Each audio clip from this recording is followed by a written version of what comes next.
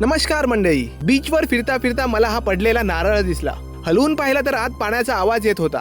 मी कोणताही विचार न करता तो नारळ तिथेच फोडला आणि तिकडून बायकोने जे लेक्चर सुरू केलं ना, मॅडम माझ्यावर इतकी भयंकर वैतागली. पण पुढे आमच्यासोबत असं काही घडलं ज्याची आम्ही स्वप्नातही कल्पना केली नव्हती. मंडळी, ते पाहण्याआधी आमची ही पावसाळी आणि मजेशीर ट्रिप कशी सुरू झाली ते बघा.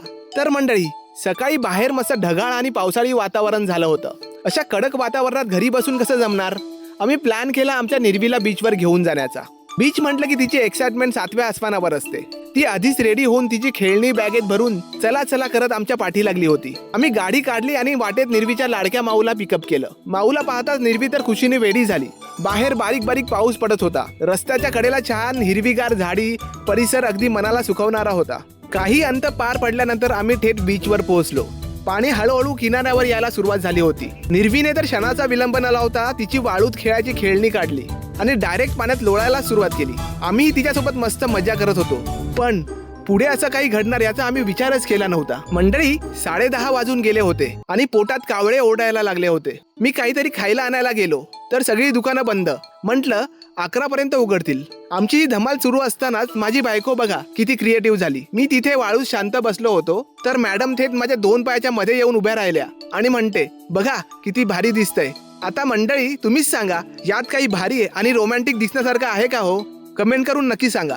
तिकडे निर्वी आणि तिची माऊ दोघांची मस्ती आणि मजा सुरूच होती आणि भूक सुद्धा अनावर झाली होती. मी पुन्हा गेलो तरी सगळं बंदच होतं. थोडं पुढे एक दुकान चालू दिसलं. त्यांच्याकडे या क्षणाला फक्त सुकी भेळ मिळाली. विचार केला, उपाशी राहण्यापेक्षा भेळ तर भेळ. आम्ही सगळे एकत्र बसून भेळ खायला सुरुवात केली. तेवढ्यात एका पाठोपाठ इतके सारे कावळे आले की काय सांगावं. आम्ही त्यांनाही भेळ खाऊ घातली. ते तर तिथून जायचं नावच घेत नव्हते. आम्हाला कंपनी देत होते.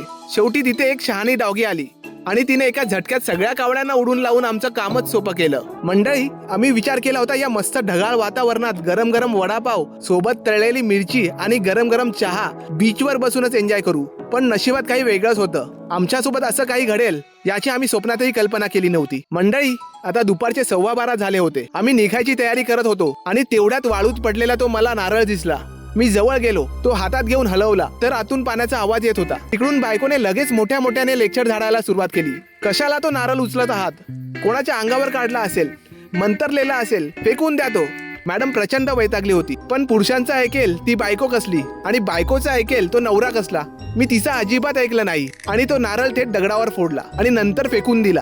पण पुढे जी मजा झाली ना, ती बघून आमचे डोळेच पांढरे झाले. तो नारळ पडताच सगळे कावळे त्यावर तुटून पडले आणि आतलं खोबरं अगदी आवडीने खायला लागले. मंडळी, मी माझ्या अख्ख्या आयुष्यात पहिल्यांदाच पाहिलं की कावळे सुद्धा इतक्या आवडीने नारळाचं खोबरं खातात. बायको सुद्धा बघतच बसली. मंडळी, शेवटी आम्ही निर्वेचे ओले कपडे बदलले, कार सुरू केली आणि निघालो. पोट तर अगदी रिकामच होतं आणि बीचवरची दुकानं का बंद होती हे गुपित आम्हाला अजूनही कळलेलं नाही. आम्ही वाटेत एका स्टॉल जवळ थांबलो. तिथे गरमागरम चिकन कटलेट पाव आणि चिकन रोल तयार मिळत होते. निर्वीसाठी चिप्स घेतले आणि आम्ही कारमध्येच त्यावर ताव मारला आणि नंतर थेट घरचा रस्ता धरला. तर मंडळी, आमची ही पाऊस नसलेली पावसाळी बीच ट्रिप तुम्हाला कशी वाटली? कमेंट करून नक्की सांगा. व्हिडिओला जास्तीत जास्त शेअर करा आणि आपल्या पेजला फॉलो करायला विसरू नका.